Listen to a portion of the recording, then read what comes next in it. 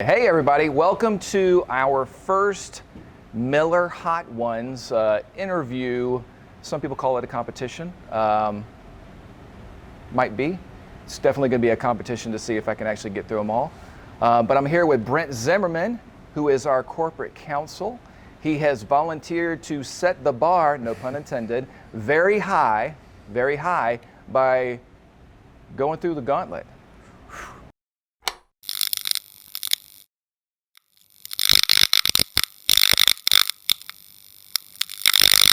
So first we're going to begin with, I think this is the low end, right? Please tell me yes. All right, so we're going with the classic hot sauce. All right, first one. All right. Yeah, Cheers. this one I'm not at all scared about. This will be good. Awesome.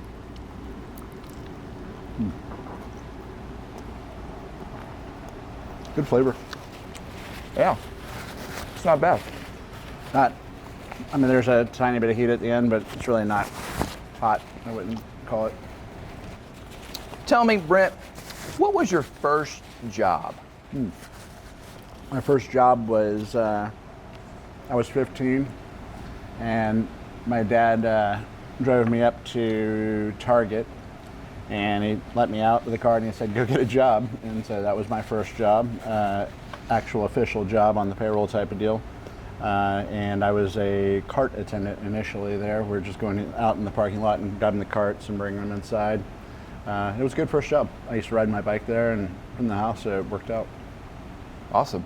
Was that during, not to say anybody's age or anything, did you have automatic cart things? Or did you have Long to do before the days of automatic cart collection in terms of those pushing deals. No, it was all about strength and at least attempting it and pushing it as many carts as you could across the parking lot. It was, very early 90s. Right on. Yeah. Next up is our hot sauce is the J Jaguar. Stupid or foolish challenges like this. Remains to be seen. Remains to be seen. All right.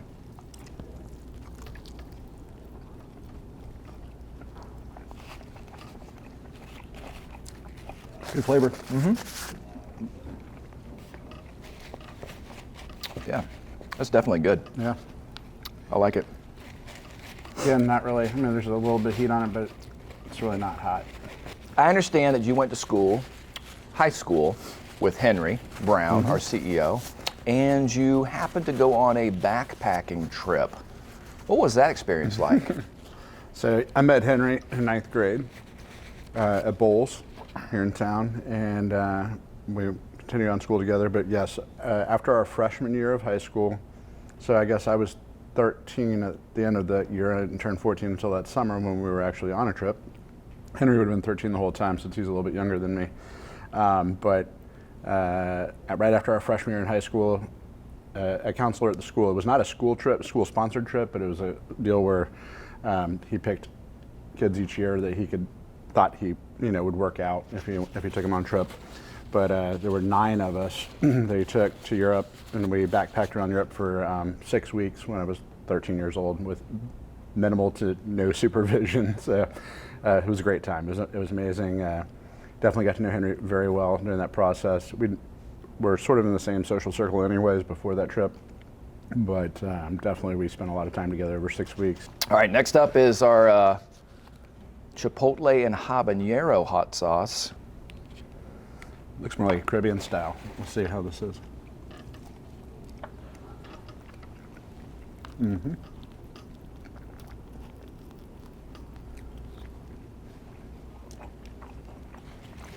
Definitely noticeably it's got a little more zing than the other one. It's definitely habanero based, but it's still pretty tame for a habanero sauce, I think. I'm reaching my peak already, so this one's got a bit of a bite to it. How did you end up at Miller Electric Company? That's a great question. So obviously I have my relationship with Henry Brown going back a long time, even somewhere along that time frame. Maybe, I don't know if it was after my freshman year, after we came back from our trip, or if it was maybe the next summer, but even being on Mr. Autry's boat and fishing, so in some way, shape, or fashion, I've even been around the company for around that time period. I was definitely a few things I went to where Henry's parents were there, obviously Susan with our company, Henry's mom, and even Daniel out fishing. So, and the first time I'd met Mr. Autry, Buck, was definitely on his boat, offshore fishing. So it's been a long time. So, and then when I came back to Jacksonville, I got recruited to come back to Jacksonville by a law firm. Then I was like, whoa, I mean, this is my field. I've always been in construction law since the very day I became a lawyer. And even before that, in clerking and stuff, I was an architecture major for a long period of time through my college until I decided I didn't want to be an architect. And then went on to law school. But everything I've done in the law has been some way or fashion connected to construction typically. The few outlier cases that aren't. So I started doing outside legal work for Miller about 8 years before I came in-house. I wasn't the sole representation of the company. Another lawyer did quite a bit of work for Miller at the time, and I kind of slowly took that work over. And then I came to Henry one day and I said, I'm gonna leave my partnership, or I'm gonna do something different. I'm either gonna start my own law firm, or you've toyed around with the idea over the years of, having a general counsel of the company. And I said, if you ever have any hopes of doing that and you want it to be me, now's the time. The next one up is Barbados style hot sauce. Nice. Sauce picante. A little more than dab, but it's good. that was definitely That's what more. it's all about, so let's see.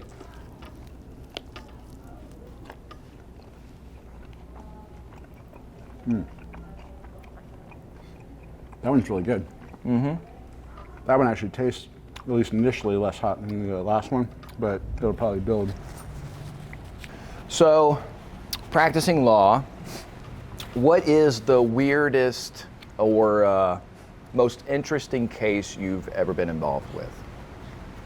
I've been involved in some strange cases. Most of them have touched, like I said before, most of my cases have been involved in the construction industry. But if I had to pick the weirdest case I've ever been involved in, it actually had nothing to do with construction. It was a case I teamed up with my partner on that it really required a little more coverage, and so we had not just me, but multiple lawyers working on this particular case.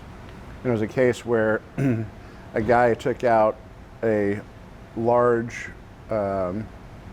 loan from a bank, and I represented the bank, and it was backed by the collateral of a life insurance policy. And the total loan was $10 million, if I remember correctly, and I think my client had $2 million of that $10 million loan. There was multiple people, multiple banks participating in the loan, including a private lender as well. And so it was backed by this collateral of these insurance policies that were supposed to be cash value style whole life insurance policies that would have $10 million cash value. Well, at some point in time, we find out that supposedly this guy that took out all this stuff, he passed away. And so there was a claim on the policy to pay the loan proceeds back, which had not been paid in any amount other than just interest payments up until that time. And so what happens in that instance, and also he died overseas, so he allegedly died in Venezuela. And anytime that happens, if there's a large life insurance policy or large loans that go unpaid or some sort of reason why you might look a little further into a claim like this, they'll order a death investigation. The insurance companies will, or banks and whatnot. And so they pulled together and got a death investigation ruling of whether this guy had actually passed away. And eventually it was discovered it was definitely a faked death. And he was actually arrested in North Carolina on his way back to Jacksonville. And he's actually out of prison now, I believe, but he went to federal prison as a result of this. But he was picked up after enough facts happened. He had a house in North Carolina, and with a safe house in it apparently, that, with a vault type of room. But he was out doing some errands, this was a couple years after the case had started, got a lot more comfortable with it, and he was out driving, and I guess they had a tip, and he was pulled over by the FBI and arrested. All right, let's ramp this up. Now we're at Hotter Than L, Ghost Sauce from Sanford. Impressive. All right, let's see. All right.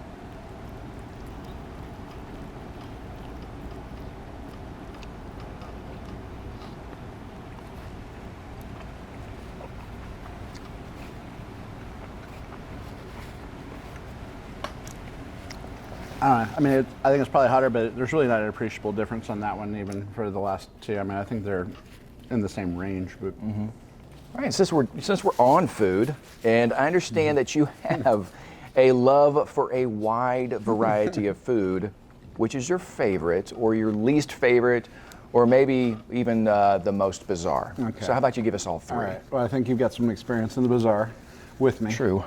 But all right, I do eat a wide range of. One of the things I like about food is that it's usually like a cultural thing, and so I have an appreciation for a wide range of cultures. My wife's from Guatemala. I've traveled a lot, and so I like to understand. And part of the experience in a culture is really the food. I think it's a big deal. Favorite food, man, I'll tell you. So, like, if it was just like I want to eat and just enjoy and have fun, really wings are one of my favorite foods. Typically fairly hot, but nothing like. I'm not gonna put myself through pain just because I can. But more, I eat it on the hotter end of the spectrum, but not anything that's novelty based is what I would say. As far as strangest, I'll just go with one that you've experienced with me. Chinese dim sum, chicken feet. So that's one for sure. I remember it. Yeah. Probably too well, actually. At least you tried it. All right, so we're going around the bend. I'm gonna let you put yours on first this Okay. time. Let's do it. All right.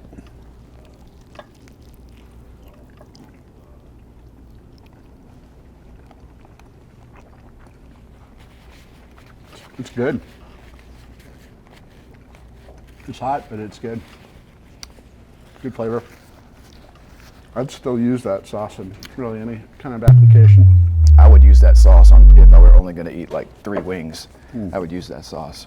So you mentioned your wife Nancy, who is from Guatemala, and you have a beautiful 2-year-old daughter named Maya. I do. So tell me, how did you and your wife meet?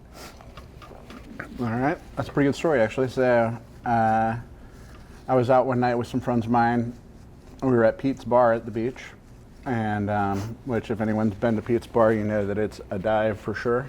And I was there with my girlfriend actually at the time, and Nancy actually came with a friend of mine. She'd never been to Pete's. That's really not her kind of place at all. But in the event, that's where we met, definitely. And we didn't start dating or anything at that point in time. Like I said, I had a girlfriend at the time. I think it was just that she struck me a little bit, and she actually ended up hanging out with my girlfriend and I that night. And I just remembered her, I think, and something struck me about her. It wasn't like an attraction, it was just, or maybe like a person attraction, but nothing like romantic. And because she came with a friend of mine, I kind of just kept in contact with her. And of course, that relationship that I was in, it fizzled out at some point. But it was a year and a half before, from that point until I started dating Nancy. All right, let's hit. This is where the rubber meets the road with Da Bomb. Yeah, I predict this one getting a little bit This warmer. is This, I think, is where the pain really starts. yeah. I think so. All right, let's do it. All right.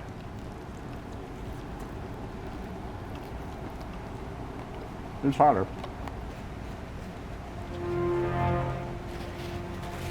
What do you think? It's good. It's got a good flavor to it, but it's hot. I want to There's no say, is doubt. that all you got? But I mean, Yeah. of course not. I'm gonna take my No, I first really can't feel my mouth. sip. What's the best advice you've been given?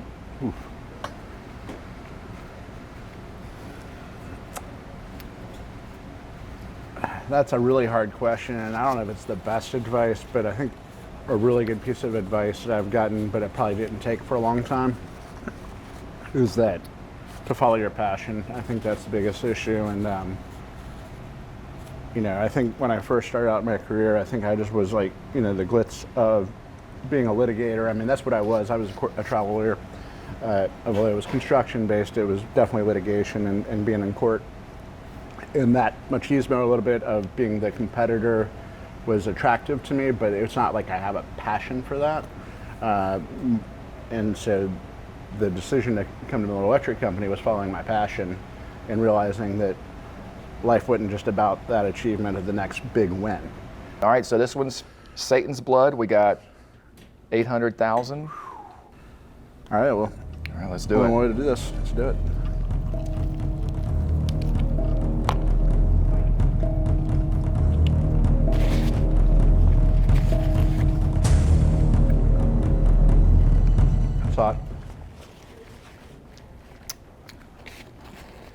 What's your favorite podcast? So my favorite podcast, when I listen to it most days. There's usually an episode I like that's come out, but it explains a little bit about my political belief, I suppose. I listen to Ron Paul's Liberty Report. So I'm definitely libertarian-minded person. I don't like the interference of government really in any respect. So that kind of explains why I listen to that. Certainly Ron Paul was a candidate along those lines. All right, we're up to somewhere. I can't even think right now. So Oh yeah, I think we're... the last dab, which is Last technically dab. Not the not last the dab. last dab. Oh, that's Yep, you're asking for it. that's Yep. ask. Yeah, that's Yep. okay. We got Paul going with a little audience participation at this point too, so Right. he's hitting this with us. All right, Trying to shame us into adding more to our wings. all right, ready for the last Ready. dab? Ready for It is the into last dab.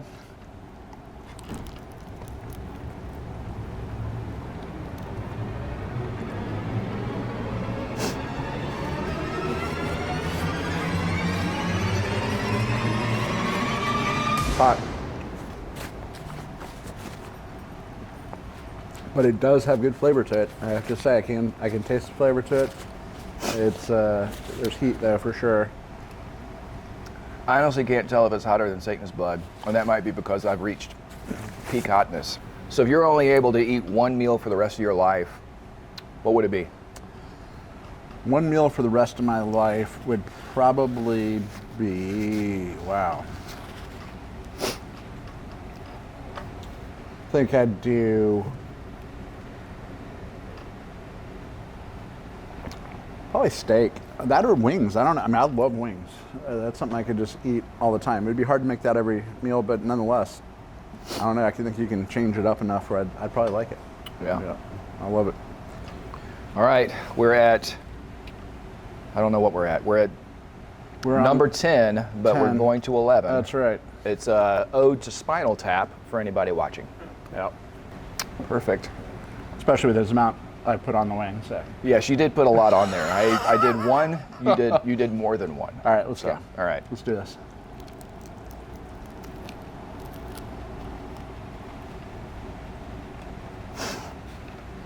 That's got a good flavor too, actually. Mm-hmm. There's the heat.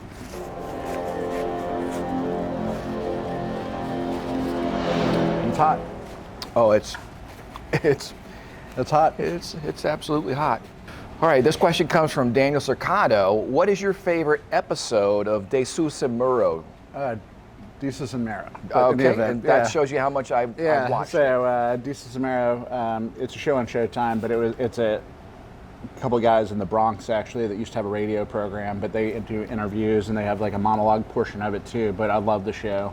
My wife and I both watch it. Sort of off the wall, just something. It's entertaining to me. But my favorite, man, I don't even know if I can reduce it to a favorite other than they did David Letterman one time. That's a really good interview. That one's awesome. I enjoy the interview portion of their show more than their monologue. I mean, I like the monologue too. It's entertaining at varying degrees. In COVID, it's all been like kind of remote on the way they've done it, but now they're back into live reporting in the studio, or live recording. But yeah, David Letterman's, that's a strong episode for sure. Awesome. Yep. Definitely have to check it out. Oh yeah, definitely. It's very good. Very good. As soon as I learn how to say it. Desus and Muro. Okay, we ready for the Mad Dog here? Let's do it. This is the peak. I have heard it's basically like drinking or eating pepper spray. Oh yeah. So it should be good. So I guess pepper spray would be the top of the list. So that's 16 million Scoville units, I think, for pure capsaicin, if that's what it would be based on. So this is getting along the way here. Definitely on our way to pepper spray. Definitely thicker. Don't want to take this one in the eyes. We're at the end. Yep. All right, let's see if we can Let's handle do it. You can do it, man. I got it.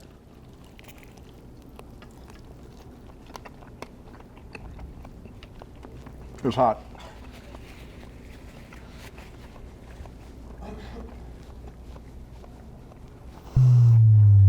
Another level there. We went through. A little another. Yeah, it's hot. Oh yeah. That doesn't even taste good. But I'm glad we could do it together. I think it still has a decent flavor, actually, but Agree it's to disagree. encompassing. It fills your mouth for sure. But you're the guest, so you can be right. So. Oh man, it's hot. But you have reached the peak. Congratulations Well, on being thank the you. first of what might be not that many. That's quite But possible. this has been wonderful. And a so we sniff like of to that give bread. you the floor and like you to give share your wisdom with anybody that could be watching. So what kind of advice or what would you like to say to people out there? Well, the reason why I accepted this challenge is that it was for Miller, and I'm really passionate about Miller Electric Company. And so if this helps bring some aspect of my personality out that other people don't get to see every day, then that's certainly my hope. But I'd just say for everyone that is an employee here, whether intern up to an executive, that I'm not going to try to give executives advice here, but find something you like to do here. If this is where you want to be, this can be a really rewarding place. And I take it from someone that's worked in a different industry outside of here, but this is where I plan to be for the rest of my career, for sure. And it's just such a great environment. And there's no question, it's easy to see once you're here for a while, why some people have such longevity here that you don't see in a lot of workplaces anymore. That's awesome. Yep. Yes, I'm crying emotionally and physically. Yep. And I want to thank everybody for joining us today. And this has been That's hot. the first edition of Miller Hot Ones.